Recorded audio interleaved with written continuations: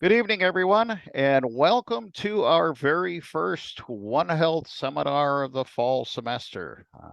Good to be back. We've got a great presentation and a great series of presentations this fall. Uh, for those of you who are very familiar with One Health, you may have heard this presentation many times before, but for those who are not, let me just kind of remind you of what One Health is or how we look at it at delval. I think essentially, when we look at One Health, we're just recognizing that people, animals, and the environment are all inextricably linked with each other. That we are dependent upon a healthy environment, so are wildlife, and the interactions between people and animals is very close in some situations, and that too is a two-way street. It can go well for us, or it can go poorly for us. We just came out of a pandemic that kind of demonstrated that very well.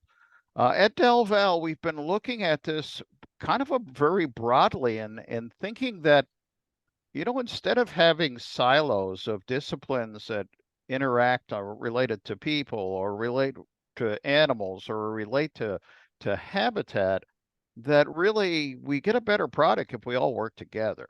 And whether you're a business major, whether you're an ag major, whether you're a wildlife major, or whether you're in the humanities and your area is really communications, uh, these all should be approached from a One Health point of view. And we try to demonstrate these different aspects of One Health by a really broad array of One Health seminars. And I hope that you enjoy these. And if you have any particular suggestions for speakers or for topics, please do not hesitate to contact me. By the way, my name is Reg Hoyt, and I am the chair of the One Health Working Group at delval, and also the co-chair of the Animal Biotechnology and Conservation Department. At delval, we typically try to approach One Health from three basic directions.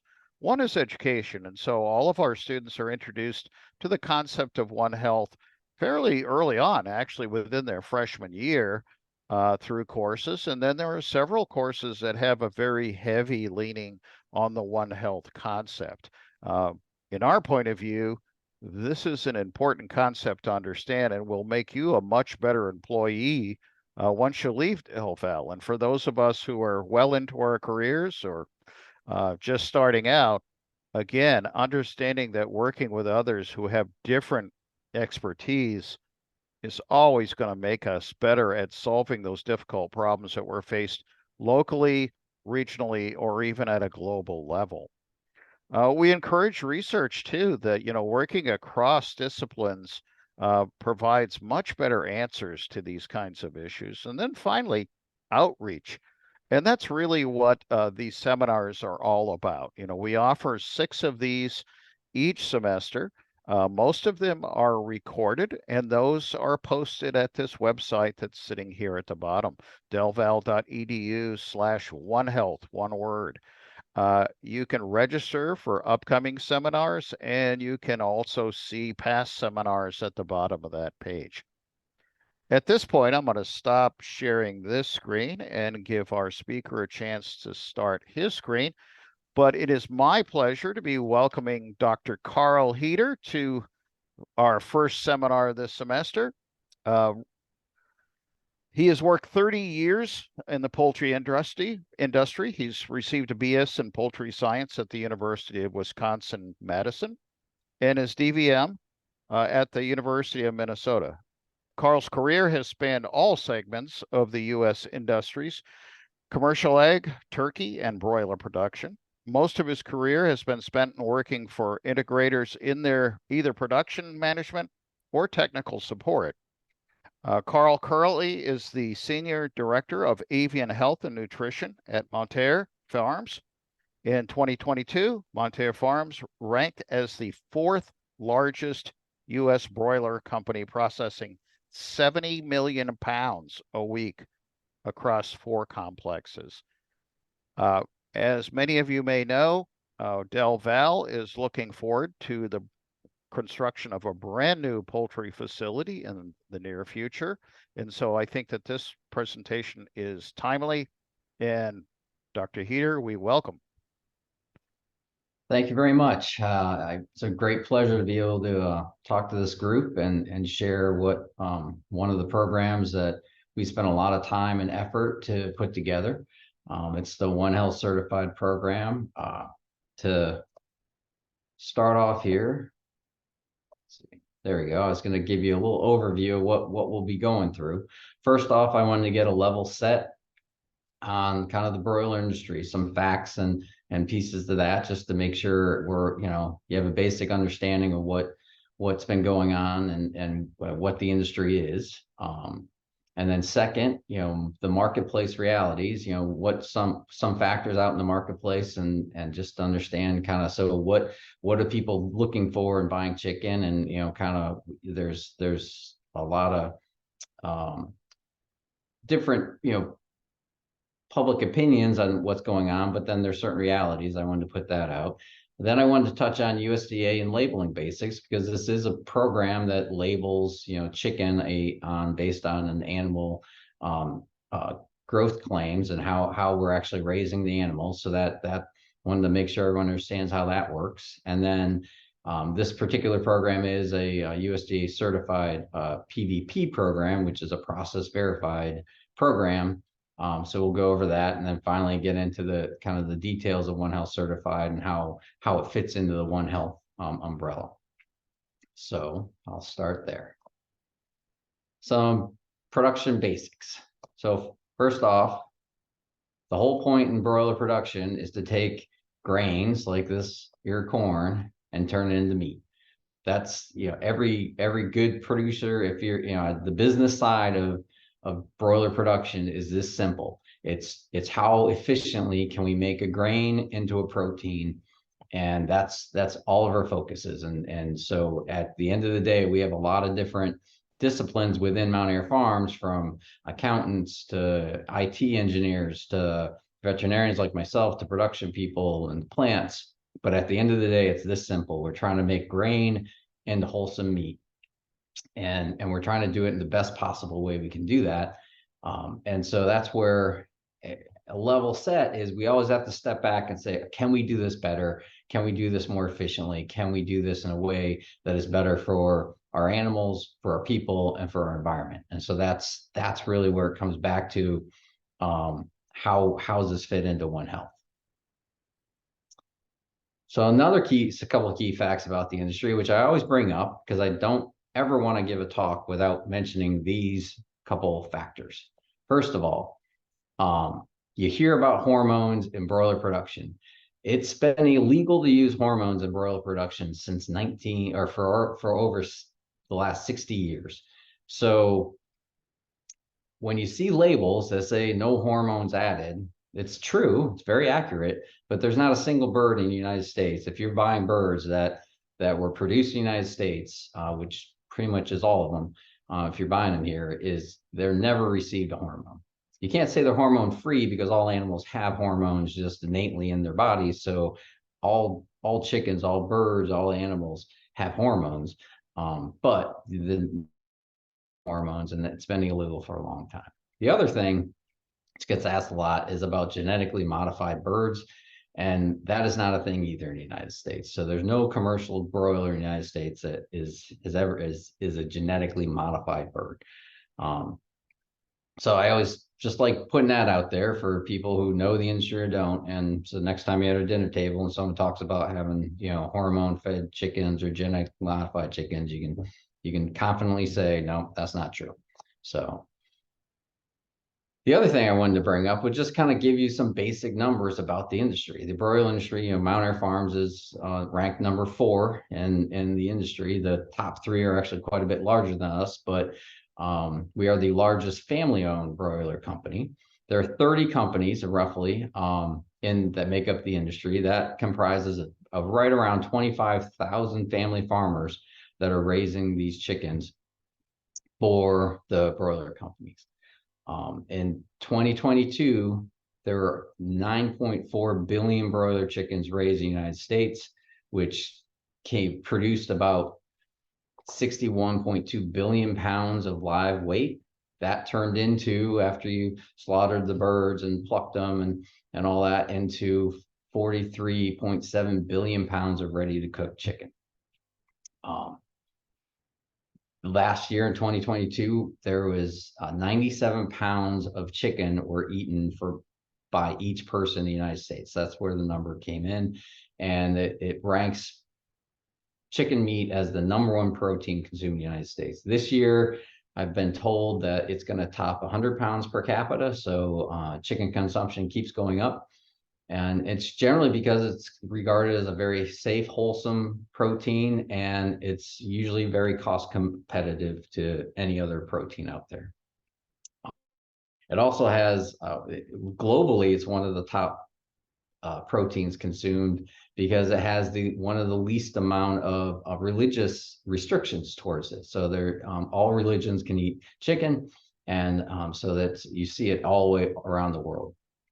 We produce about 17% of U.S. production is exported as well. So 17% of the meat that we produce goes outside the U.S. and we're second to Brazil in exporting.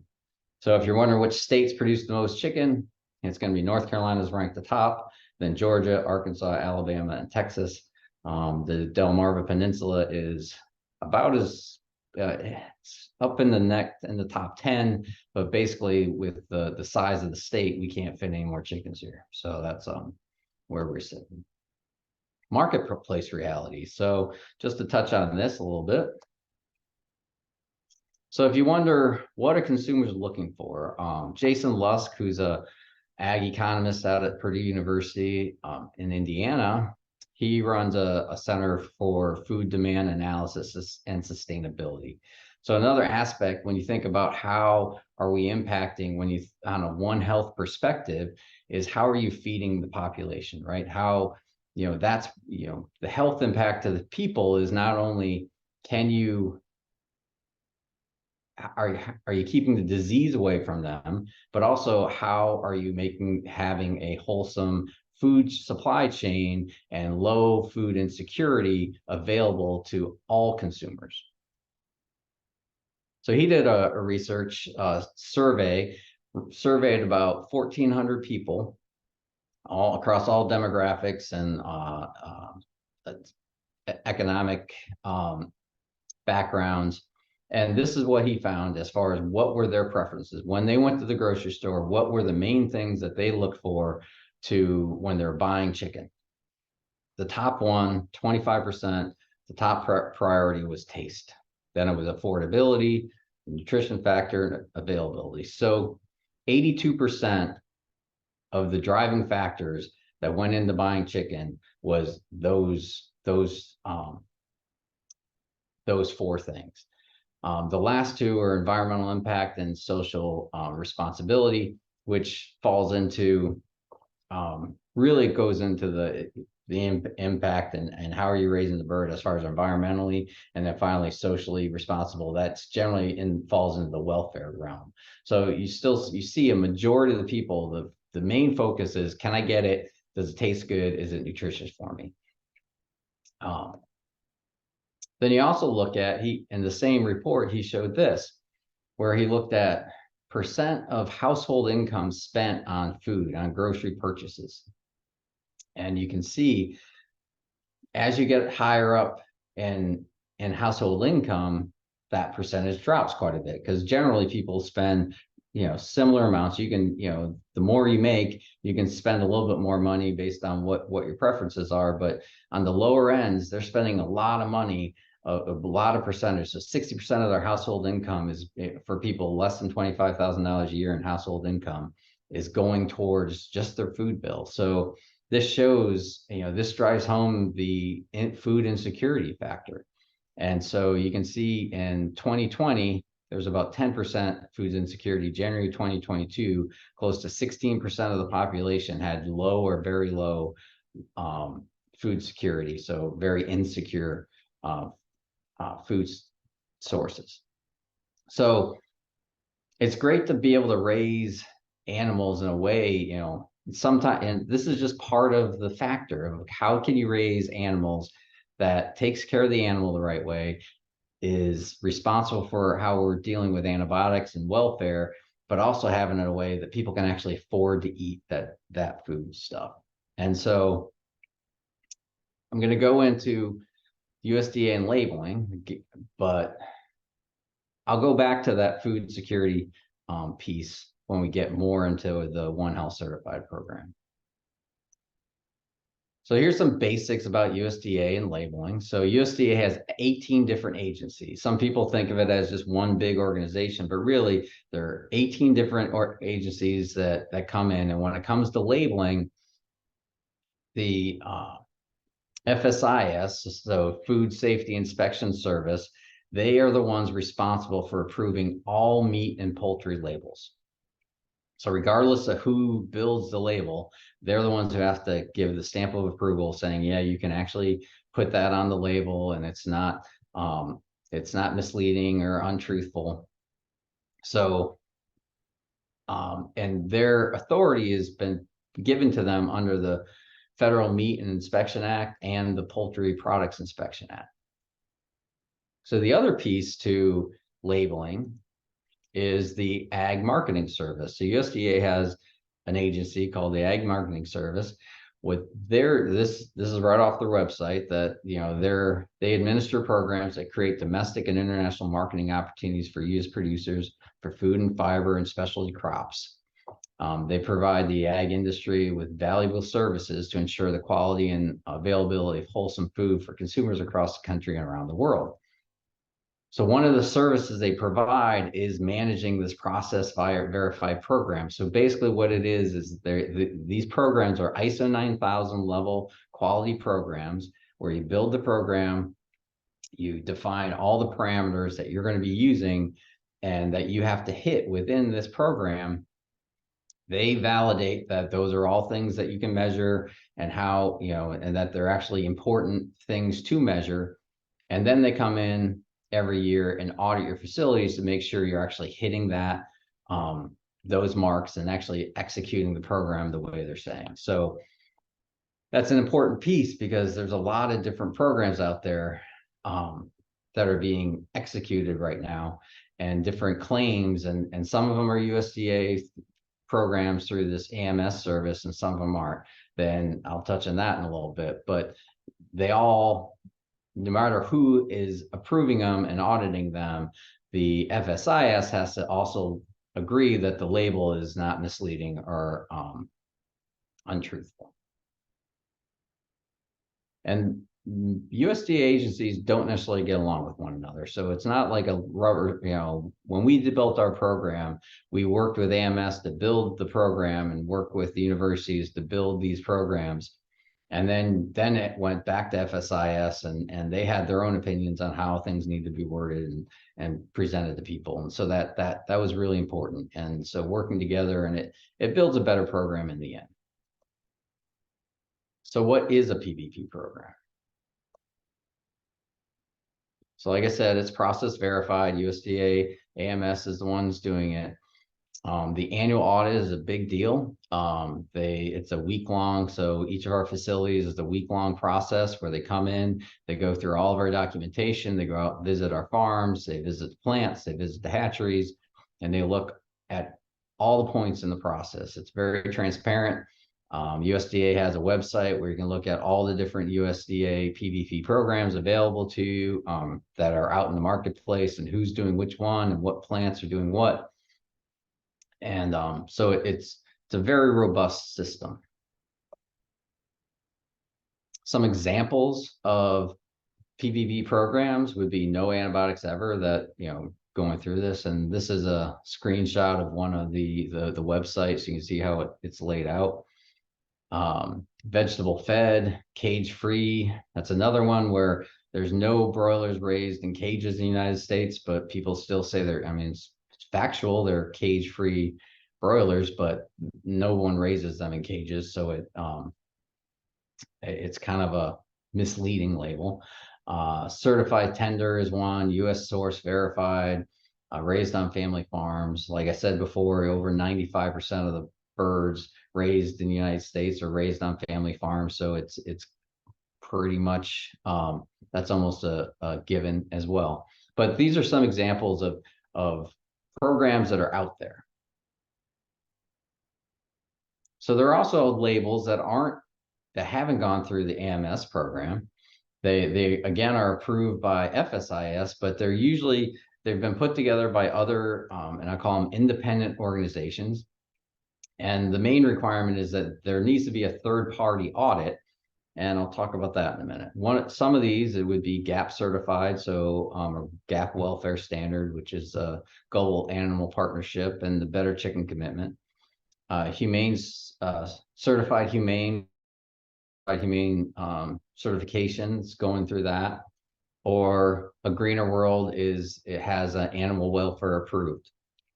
So the difference between these and the PVP program are, in all these cases, these different organizations have put together a standard that they are managing and they are auditing. They actually require any producer that is claiming to be under these programs to be audited annually. They charge them a fee to be part of this program, and then they tell USDA FSIS, then yes, they're following these programs. And so these are generally, if you look at the boards on most of these, they're generally more activist-driven organizations, and so they have pros and cons to them, but it's definitely not a situation where they're looking for necessarily the best outcome for all facets of the population or the production system. So we talk about unintended consequences. Sometimes when you put together one of these programs and they focus narrowly to only just one issue, there's outcomes that actually hurt other pieces. And so that's one of the critical pieces of One Health, right? As a concept, is you need to look at all the trade-offs. You need to look at a holistic view of how are you raising an animal? What are you doing? How are you, if you only focus on one area, and I'll give an example in a minute, or a couple examples. If you only look in one area, you can maybe have a worse impact on a different area by only focusing on one specific piece. So we talk about no antibiotics, reducing the amount of, antibiotics are critically important for human, health. And it's very important that we all are following prudent and judicious use for antibiotics to make sure we keep having them available to us long term. This is a research paper that was looking at producers and veterinarians and how, what was the actual impact of pulling antibiotics away from production. And the main concern is that there's a time and place to use antibiotics in both human medicine and animal agriculture and in pet medicine, but where do you draw the line, and what are the actual impacts? So in this study, they looked at and they surveyed a lot of veterinarians and across academics and actual practicing veterinarians, and mostly in the US, but some international folks, some that are currently practicing, some with no experience using no antibiotics or raised without antibiotic claims, and then some with current experiences. And when they asked them, okay, what was the impact by not using antibiotics in animal production? And this was across all species. Virtually all of them did say it was worse, slightly to significantly worse outcome for the animal. Then if they asked that same group of people, well, what do you think the consumer thinks? They believe, all the consumers believe, and in general, when you look at the consumer results, most consumers assume if they're buying something without antibiotics use, that the bird or the animals have a better health outcome. And that's not necessarily the reality, because usually this is, when they're using these claims, they're no longer treating animals if they're sick. They're no longer really taking care of some of the basic problems they might be running into. This is some data from an industry reporting service. And they actually are tracking the difference between mortality between traditional raised birds and birds raised no antibiotics ever. So that's NAE is no antibiotics ever. And so they looked at these two over several years, and you can see over time, the mortality kept getting worse and worse. And this last year, there was about almost a % difference in mortality between NAE birds or no antibiotics ever birds and the traditional raised bird. So in that year, 1.5 billion birds were raised NAE. So if you take that 0.9%, they lost 13.5 million birds over that span of time. That was 90 million pounds lost. That was 760 million servings of chicken. So again, here's a strategy, and okay, we're not gonna, we've decided we're never using antibiotics, and so that's our claim, and that's our label, and so by doing that, this is the outcome that's happened. And as a company, we didn't think that was right. We didn't want to put ourselves in a spot where we could never treat animals with antibiotics, because while as much as we'd love to say you never needed to, there's going to be moments you need to use antibiotics. Another example is this Better Chicken commitment, which this impact, there's not many people actually doing this, but this is a commitment that had started a few years ago. And they actually went, I'll show you here. It's, here's the number of animal rights activists that put this program together, sent letters out to different organizations to say, and these were like Starbucks and Shake Shack and just different restaurant chains and food service chains, saying you need to sign up for this because it's the right thing to do. And basically there's a couple of versions of it. First version is that you're going to follow this global animal partnership standards plus no controlled atmospheric stunning prior to processing. And then the second version is additional welfare, growing standards, and also a breed change to change how the birds were raised. And here's the reality of like who committed to it early on. So there's back in 2019, there's 180 companies that actually committed. These are some of them, Denny's and Jack in the Box. But this is a lot like, if you're familiar with, I think it was about 10 years ago, there's a lot of cage-free egg claims that people, sent out and said, yeah, I agree, I'll stop buying eggs that were produced in birds that were in cages. But there was never a supply chain for that. And there's still all those companies that committed to doing this, but they've never actually been able to produce enough eggs that way to actually fulfill their claims. So Compassion and World Farming has now started tracking which one of these companies is actually able to source birds this way. And so this was a report they did back in 2019, and you can see on the bottom here, they said, while they've had a lot of people commit to it, no one's actually transitioning over to it. So this is more of a marketing claim where these end users are saying they want to do this, but no one's actually been able to produce birds this way in a meaningful way. And so it's not really doing anything. It's a lot of discussion and a lot of kind of pomp and circumstance, I'd say, but it's not actually producing an outcome that is meaningful. Now, this breed change they talk about, so again, if you want to look at environmental impact for a program change, so say a third of the industry shifted over to this new growth standard that they would like, and a reduced slow growing chicken. So having slow birds grow slightly, not as fast as what they currently are doing.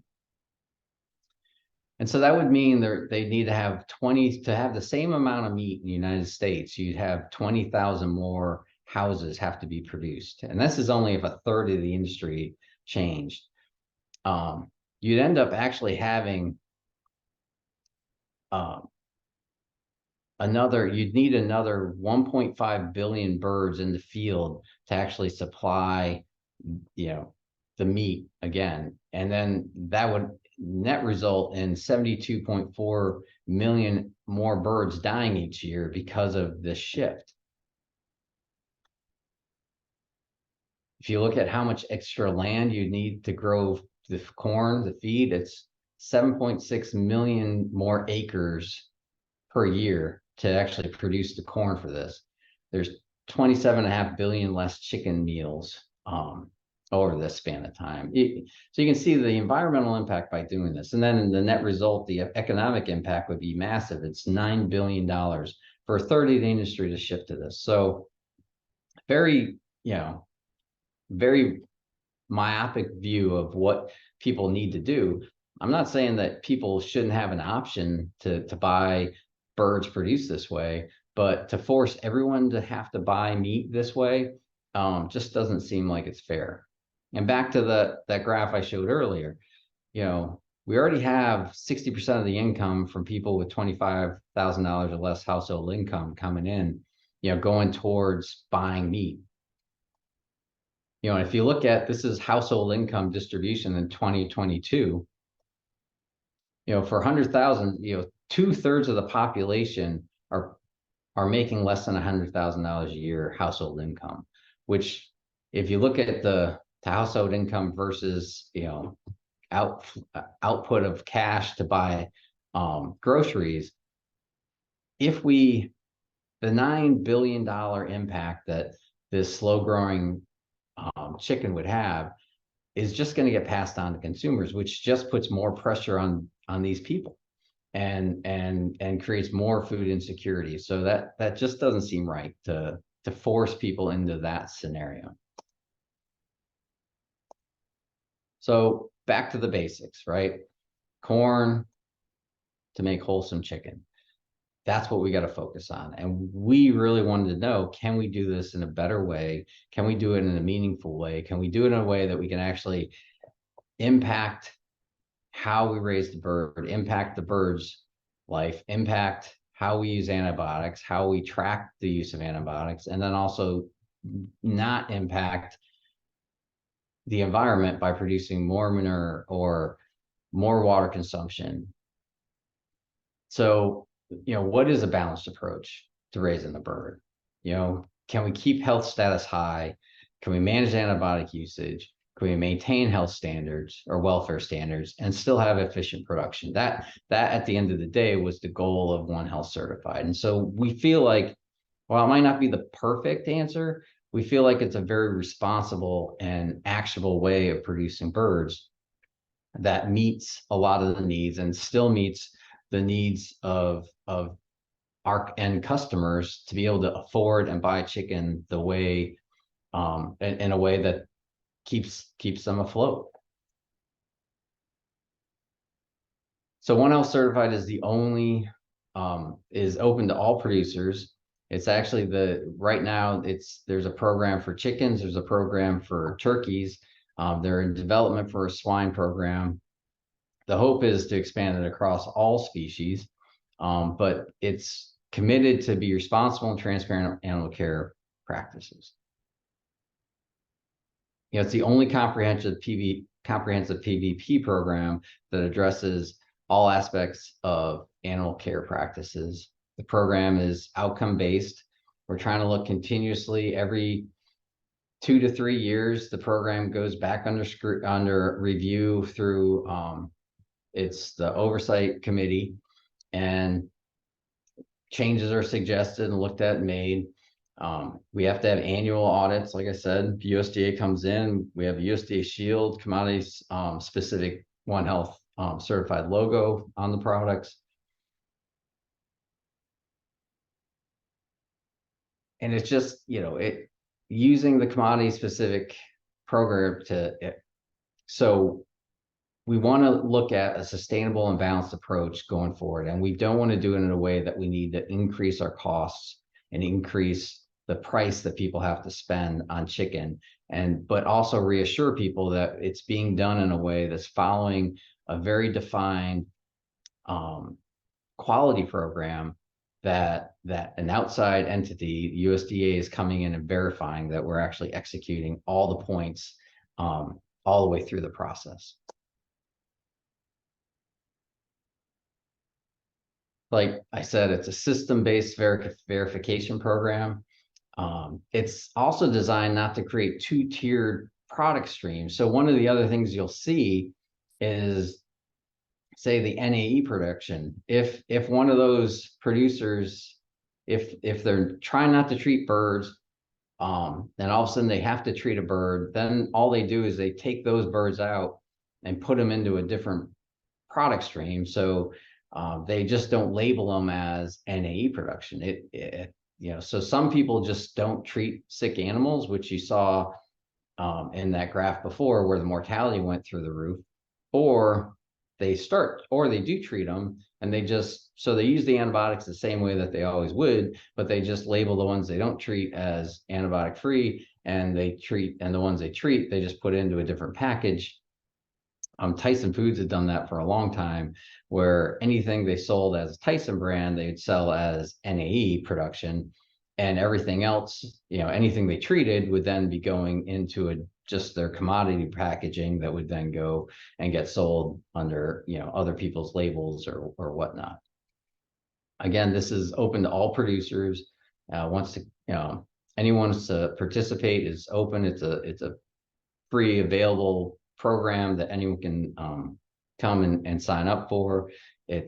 I'll get into who manages it and who houses it, but in a minute. But it's wide open, and even for us, we've been doing it for a while. But we had another producer come to us a few years ago and said, "Hey, we're interested in doing this," and we basically gave him everything that we'd ever done and gave him tips on how to keep it moving forward, because we do believe this is the right way to raise a chicken. I said it's a continuous improvement process. And so it was designed to look for opportunities to get better. And so the version 1.0 was kicked out a few years ago. As I said, right now, we currently are under revision and looking at ways to improve the process and program. There's a group of people that have been pulled together, veterinarians and other subject matter experts that are reviewing what's been going on and what opportunities they might have to make things better. And so in the next few months, the next version will come out and be released, and it'll be interesting to see what things they think we should be doing different. So this is the Standards Oversight Committee.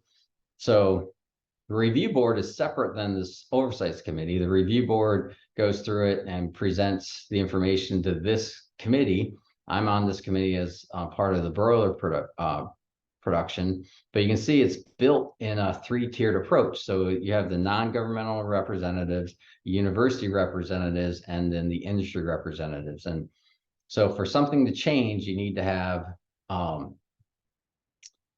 7 people agree that change needs to happen. So it needs to be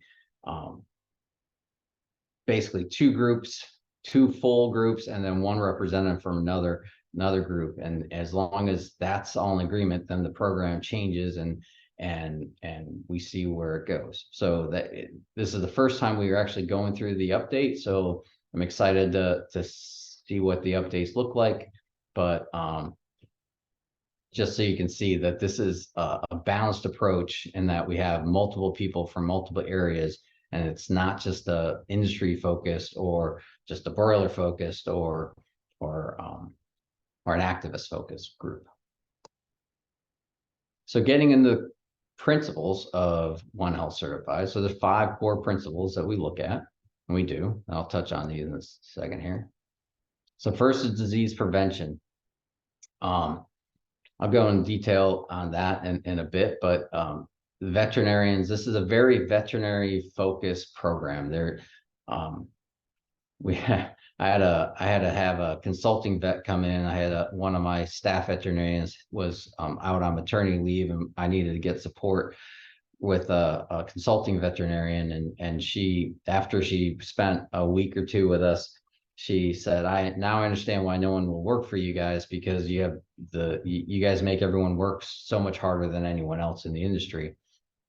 And it really is our commitment to how much access we have to our animals and to our production people to make sure what's going on is accurate and precise, and we get the root cause problems as fast as we can.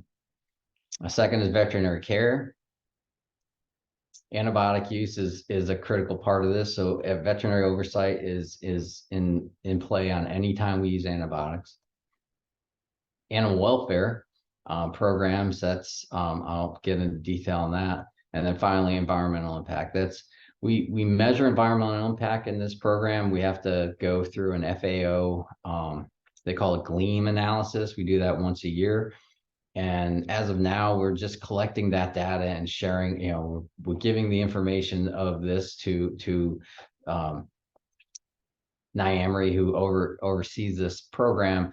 And I think that'll be one of the pieces that we're going to be looking at changing in this upcoming program change. So disease prevention, the focus here is really biosecurity, right? Bio meaning life, and security is, protecting. So it's protecting life. And so biosecurity programs, designed to keep animals free from disease. This is a critical part. And we do a lot of training. This is heavy on the training. There's a lot of parts of biosecurity that we get audited on. Every one of our growers gets annual training. We require that every grower, every employee that the growers have gets trained when they come on site. We have requirements for house dedicated footwear and dip pans and movement between houses, and a very elaborate system. And we spend a lot of time, and most of it is on training and audits to ensure that our training is hitting home.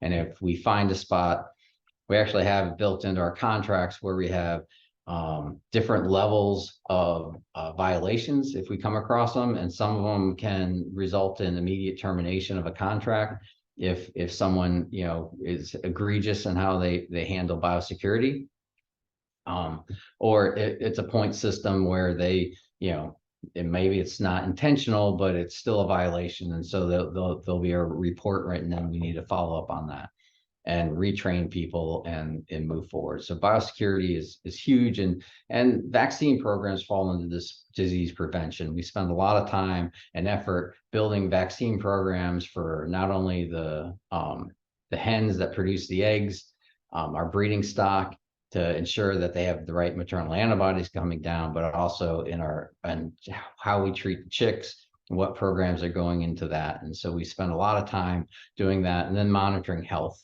out in the field and checking on health flock status. So those are the core principles that go into this.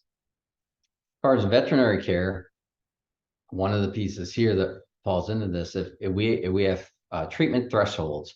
So if there's 3 birds per 1,000. So if you have a 10,000 bird house and there's 30 birds that, we have mortality every day in small numbers generally, but occasionally they get up to 3 birds per 1,000. So if we have 2 days in a row where there are 3 birds per 1,000, the grower is required to call us, notify us if we weren't there on the farm immediately, or had found it ourselves. But if the grower is responsible, and they need to call us, let us know, hey, my mortality is up a little bit today. And we'll have one of our flock representatives go out. They do a full root cause analysis, which goes through and they look at what's happening. In some cases, we take birds to the lab and do some lab workups on them. And after that, then that's sent to the veterinarian. Veterinarian has to review that. And in some cases that requires then, okay, we need to write a prescription. But that piece there all happens within 24 hours of that bird or a flock having elevated mortality. It has to have that whole process, the root cause analysis, the veterinarian oversight, and then treatment implemented. So that's very unique to this program. Antibiotic use. We have restricted antibiotics, so we can't use antibiotics in hatchery. We can't use certain ones in the feed. We also are no antibiotics used without veterinary oversight. We track. So the other thing that's very unique to this is that we track all antibiotics used through the whole life cycle of the birds. We have to report all usage into the program. We also have to look at treatment outcomes. So we track not only, what was the mortality before we started treating, and then after the birds are treated, what happens afterwards. And so that's a huge part of this program as well. And there was CIDRAP, which is Mike Osterholm, who's a public health authority up in Minnesota. His group had done a survey on antibiotic stewardship programs, and they looked at 4 different programs out there, and One Health Certified ranked #1. It had scored 100% and was using the Pew Charitable Research had put together an antibiotic stewardship scorecard. And so One Health Certified's antibiotic stewardship ranked #1 of the 4 they looked at, and they scored 100%. And the other ones range from, I believe it was like 5% score up to a 60% score. So far and away, antibiotic stewardship is a strong point of this program. Animal welfare requires third-party audits every year, it's either using the American Humane Welfare Program or the National Chicken Council Welfare Program. Those are both science-based standards, and we have to also, this is another case where any violations we inspect, and there is a point system that if we see violations in the field that we address immediately, and it might be retraining, it might be actually ending up removing a grower from our system if it's egregious.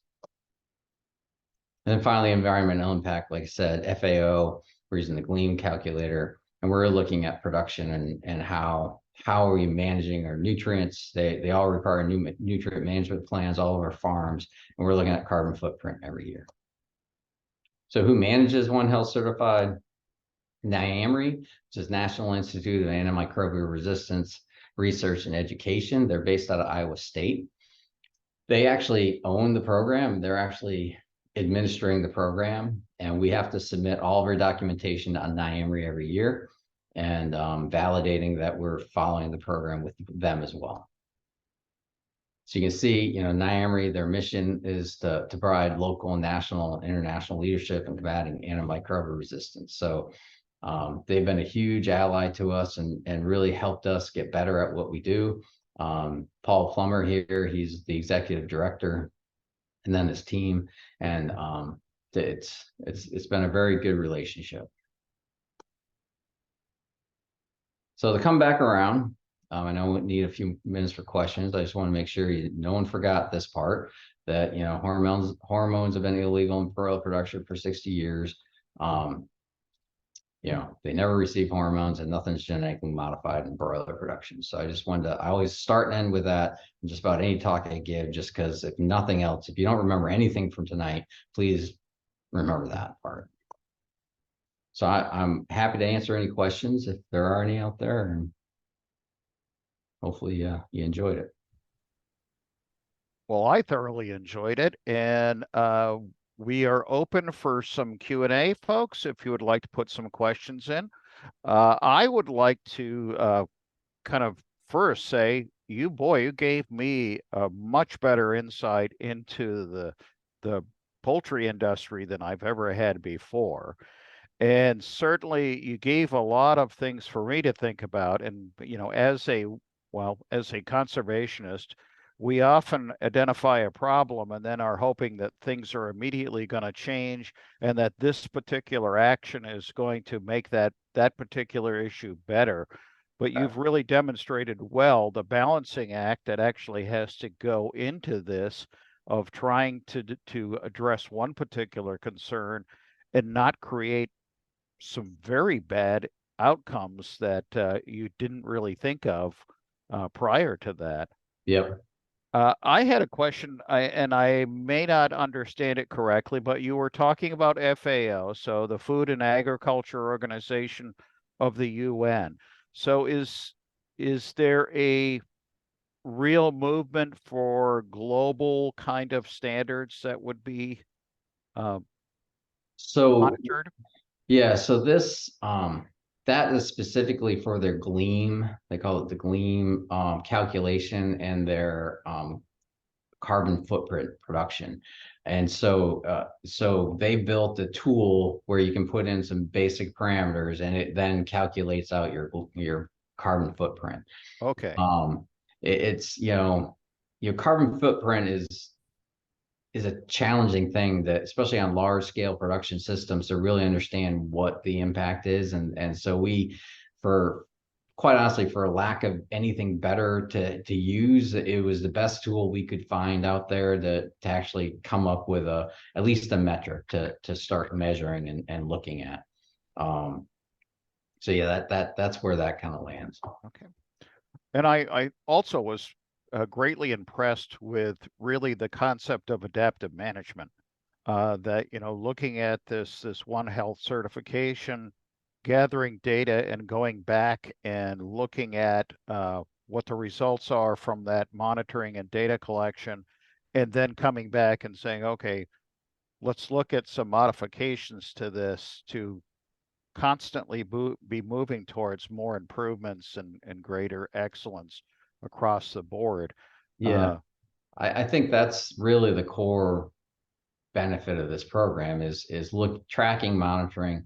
NAE or these other programs don't, they're not looking at antibiotic use at all. I mean, so they can't say it's getting better or worse. They just say, well, these birds don't have it, so don't worry about it. It's kind of like, don't pay attention to anything behind the curtain. I mean, Right. it doesn't necessarily mean anyone's doing better. And if you look at the FDA reports on antibiotic usage, it hasn't shifted. I mean, it shifted some, but it's for the number of birds that are NAE produced or started as NAE, it doesn't really make sense to why there's still so many. And sometimes I put that in this presentation, but it gets kind of confusing at times. So I kept that out. But yeah, it's interesting to see. I think the industry got really good at segregating birds and treated, non-treated, and they just ran them. But no one's held accountable for what is actually being used. Right. Right. And the other part that I really struck me is really looking at social justice here and in understanding. Um, I think well, not everybody, many of our viewers are students. Probably they don't look at grocery bills, but their families certainly have been struck by grocery bills over the last year or so. And I'm always astounded by how much our bills are for just my wife and I. Yeah, Uh, and trying to decide, just what are we going to eat? And, yeah, it would be great to eat lobster every night, but that's not going to happen.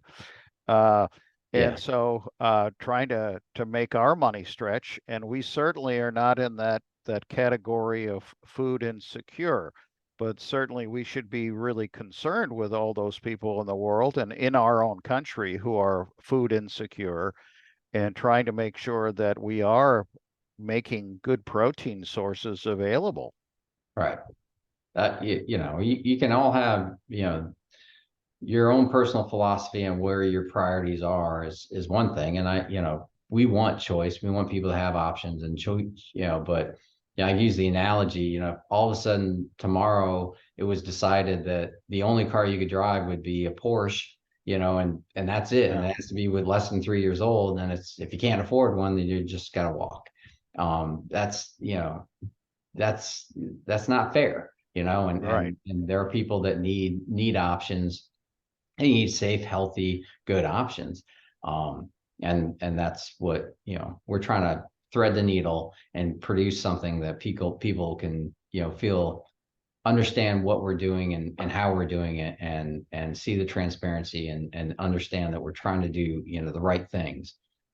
So Great. We do have a question from William. Is there or are there any different laws or regulations between different states on poultry production? As far as broiler production goes, there would be different environmental laws and regulations as based on, kind of where you can build houses, how you build them. As far as welfare, I don't believe there are any on the welfare side. In egg production, there are, like California has different rules on cages and how that production's produced.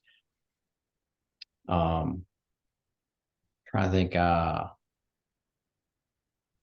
on antibiotics, I don't know of any difference if there's any specific ones out there. So really the housing piece would probably be in, where and, how many birds you can have in a facility that generally on the more populated states, that usually becomes a problem where people, it's like any animal ag production. It's not looked, people don't like living next to production facilities, so they generally build laws around that. So Right. I actually had a question that I anticipated somebody would ask, and I don't know the answer to this, and I don't know if you know the answer to this, but the facility that is being designed for Delval and will be soon constructed, to be completely open here, we did receive a very generous grant from Mountaire for that facility. And we anticipate, I think it's going to be a $2 million total for the facility. Do you have any idea whether Delval is looking towards being a One Health certified facility? That's a good question. I hope so, because as I said, in our production, we can't process anything that isn't 1L certified. Right. So we have to have that. And I think one of the thoughts we were having was that we would do that, and so that we could then process the birds with us, or at least have, it makes sense for it to be there. And because there's a lot of synergies and good practices that even if you don't, yeah, because I know there's also, I think there's thoughts that they're going to be processing some of the birds with local producers, and so, but either way, we'd be happy to help out and get the training done and help oversee that. So Well, it's certainly going to be a question that I ask, and will certainly encourage, because it'd be nice if Delval is also walking the walk besides talking the talk. yeah, Uh, exactly. we do have another question from Calvin. What are some reliable chicken companies or sources that we can rely on for sustainable and humanely raised chickens? Well, obviously, Mountaire. Yeah, there's a good one. I mean, most of the chicken companies out there are doing the right things. The things you want to look at is, if there's a lot of corporate responsibility statements out there. It's good to look and understand what their philosophy is. It really just depends on what you want from, what you're looking for in that chicken, right? I mean, if you want, GAP certified chicken, I'm not saying you shouldn't buy that, but you have to understand what those trade-offs are. Because sometimes when you're checking boxes, that all you're doing is checking the box, and it's not quite what you want. I know what I do, I know what our company does, and so I feel good about that. As far as, That's not a chicken, that's a cat. yeah, I know. Um, so yeah, it's a very hard question to answer, as far as, because I don't, I have my own personal opinions, but that's maybe not right for everybody. So I would definitely learn about what people have, what their beliefs are, and what matters to you. So that's a balancing act. Will we see One Health certified labeling on chickens in our supermarkets? You might. I mean, there's some out there that do. There's definitely. I mean, you'll see it around. Trying to think.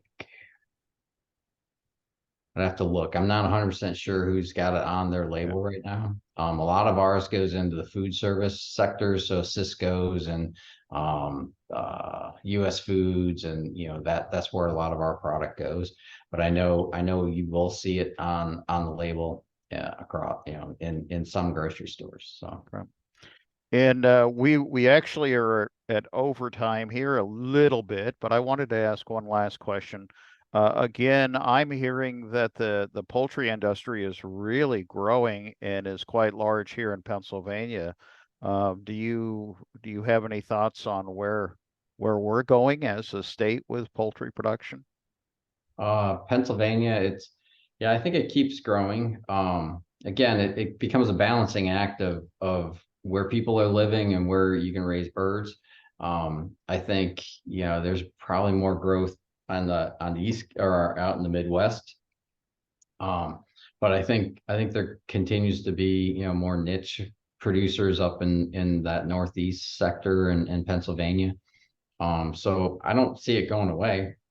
Yeah, I just think there's, the demand for poultry keeps growing, and depending on what kind of production system you're going to run, you're going to need a lot more housing and locations, and so I right. just think it keeps hopping along. So, Great. Do you have any final statements that you'd like to make before we close out this evening? no, I just really appreciate you letting me come on and talk, and hopefully gave you all something to think about and different perspectives. So hopefully that was helpful. You have achieved that. You've given us a lot to think about, and I think that this is a great melding of taking a concept and actually seeing it in practice, and looking at that careful balancing act that has to be looked at and the various aspects of environment, human needs, and as well as the chickens themselves. And so Yeah, I greatly appreciate your time and have thoroughly enjoyed your presentation, and I hope you have a good rest of your evening. I appreciate it. You too. Right. And good night to all of you. And just a reminder that we've got another One Health seminar coming up this month on the 21st, and that will be on One Health communications. So uh, actually, our speaker tonight has done a great job of communicating about One Health within their industry. So I hope you'll tune in with us. Good night, everybody.